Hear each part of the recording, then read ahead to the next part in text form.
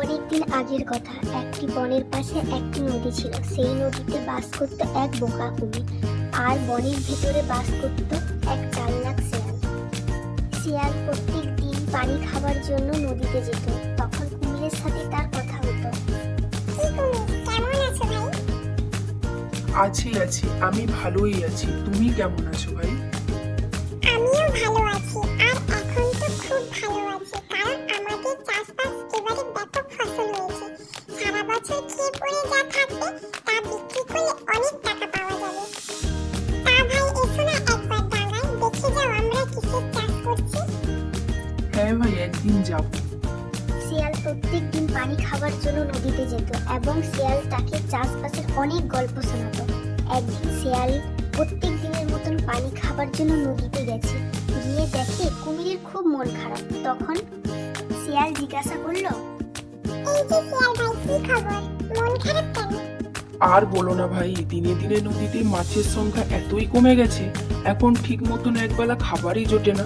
মনে হচ্ছে ডাঙায় গিয়ে তোমার সঙ্গে চাষবাস করতে হবে। তাহলে এত দেরি করছো কেন ভাই? চলে এসো, ডাঙায় দুজন একসাথে মিলে চাষ করবো। আমি তো চাষবাসের কিছুই জানি না। তোমাকে সেই চিন্তা করতে হবে না ভাইটি। আরে আমি তো আছি নাকি?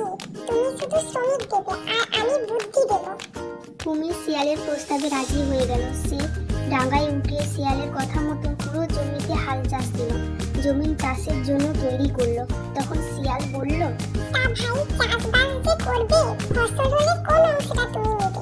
উপরের অংশটা নিবে না নিচের অংশটা নিবে? কুমির তখন চিন্তায় পড়ে গেল। আম কাঁঠাল গাছের সব ফল উপরে হতে দেখেছে, তাই সে ফসলের উপরের অংশটা নিতে চাইল। চালাক শিয়াল তখন বলল, এখন তো আলুর চাষের সময়, আর আলুর দামও ভালো পাওয়া যাচ্ছে। চলো আমরা আলুর চাষ করি।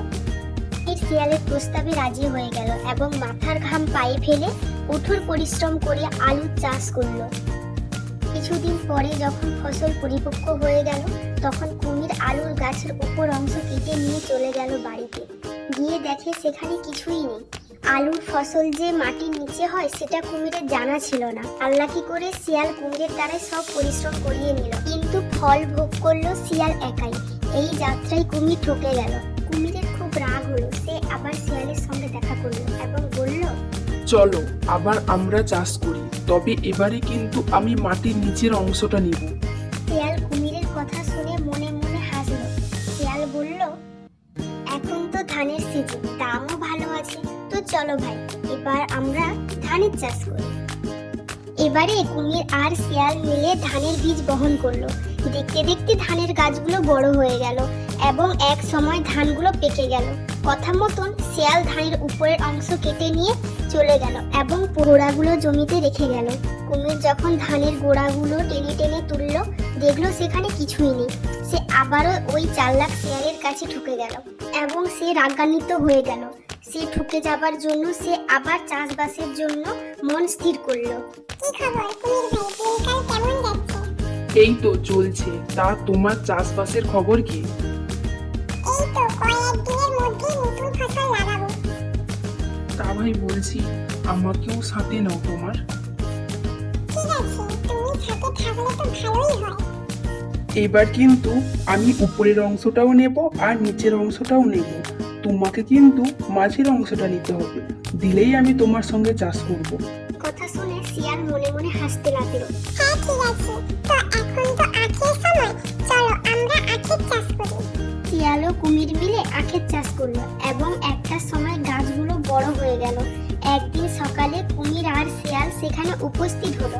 কথা মতন শিয়ালের জন্য আখের মাঝের অংশ রেখে উপর আর নিচের অংশ কেটে নিয়ে কুমির চলে গেল। নদীর ধারে গিয়ে যখন কুমির আখের আগাগুলো চিবোতে লাগলো, তখন দেখলো সেগুলোই স্বাদ নোনতা আর নিচের অংশগুলো খাবারের যোগ্য নয়। তখন সে ফিরে গেল শিয়াল কি করছে সেটা দেখার জন্য এবং সে দেখলো শিয়াল সেই মিষ্টি আখগুলো খুব মজা করে চিবিয়ে চিবিয়ে খাচ্ছে। এতে কুমির তার নিজের ভুল বুঝতে পারলো। প্রথমবার ঠকার পর যদি সে শিয়ালের সাথে আর চাষ না করতো, তাহলে পরের দুইবার তাকে ঠকতে হতো না। এরপর কুমির আর কোনোদিনও চালাক শিয়ালের সাথে কোনোই কাজ করেনি।